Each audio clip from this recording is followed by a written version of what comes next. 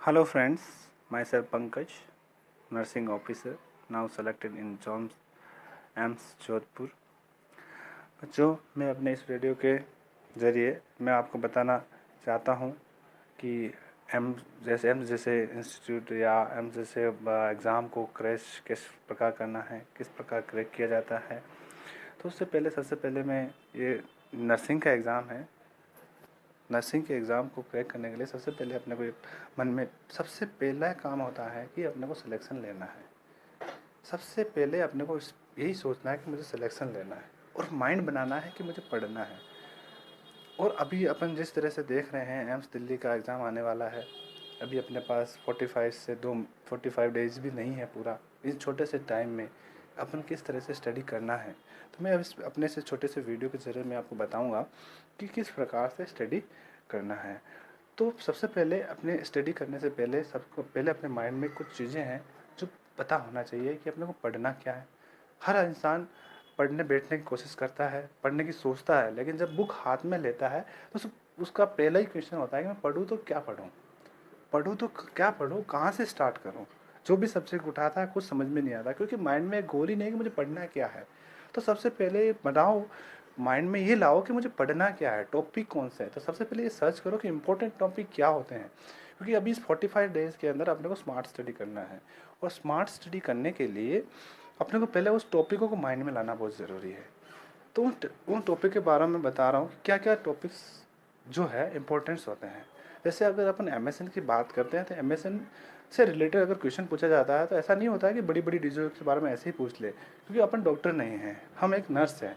तो अपने को एक नर्स के अकॉर्डिंग हर एक डिजीज़ हर एक पेशेंट को डील करना होता है। तो इसी तरह जिस प्रकार अपन पेशेंट को नर्सिंग के थ्रू जैसे डील करते हैं, उसी प्रकार एक नर्स होते हुए पेशेंट को भी डील करना होता है। तो उसमें सिनेरियो पेशेंट्स का होता है, पेशेंट की कंडीशंस का होता है, उनके साथ क्या हो रहा है वही सिनेरियो दिया जाता है। और अपन हॉस्पिटल में जाके वही चीज़ को इम्प्लीमेंट करते हैं और अपने पास लाइव होता है। और क्वेश्चंस में क्या होता है, लाइव नहीं होके एक पेपर के रूप में होता है, बट होता है सेम टू सेम वही, पर करना क्या है वो अपने को इसलिए पता होना ज़रूरी है। तो सबसे पहले एक माइंड में रखो कि अपन नर्स हैं, कुछ भी इमरजेंसी कंडीशन होती है तो सबसे पहले रेस्पॉन्सिबल पर्सन होती है नर्स। अगर कोई भी साइन एंड सिम्टम में चेंजेस आता है तो पहली रेस्पॉन्सिबल पर्सन होता है वो नर्स होती है। तो सबसे पहले इसी पे टॉपिक पे बात करते हैं कि इमरजेंसी कंडीशंस क्या क्या हो सकती है। ऐसी कौन कौन सी इमरजेंसी कंडीशन है जिसको फर्स्ट नर्स ही असेस करती है।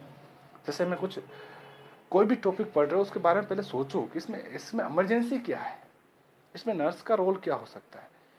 जब अपन नर्स का रोल पता होना होगा ना, तभी उस तो फिर डिजीज़ पढ़ने का भी फ़ायदा है। नर्स का रोल, फिर डिजीज़ पढ़ो, डिजीज़ पढ़ने के बाद उसमें देखो कि नर्स का रोल क्या है, तो ये नर्स के लिए कोई इंपॉर्टेंट है इस बात में या नहीं। तो सबसे पहले नर्स के इंपॉर्टेंस देखने के लिए अपना कुछ टॉपिक लेते हैं।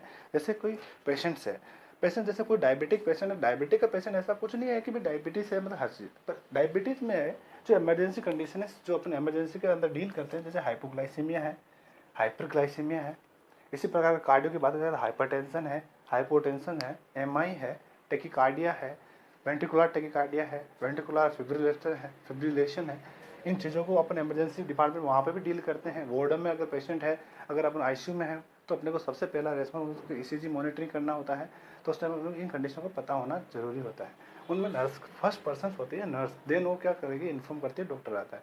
तो उन इमरजेंसी कंडीशनों को सोचना। और जब भी अपन टॉपिक पढ़ रहे, ऐसा नहीं है कि सारे टॉपिकों के अंदर सारे टॉपिक इम्पोर्टेंस है, ऐसा नहीं होता। उनमें से कुछ टॉपिक होते हैं जिनमें बहुत ज़्यादा इंपॉर्टेंस होती है नर्स वाले, नर्सिंग की, नर्स पर्सनस की, नर्सिंग पर्सन, नर्सिंग ऑफिसर की जो जो भी रेस्पॉन्सिबिलिटी।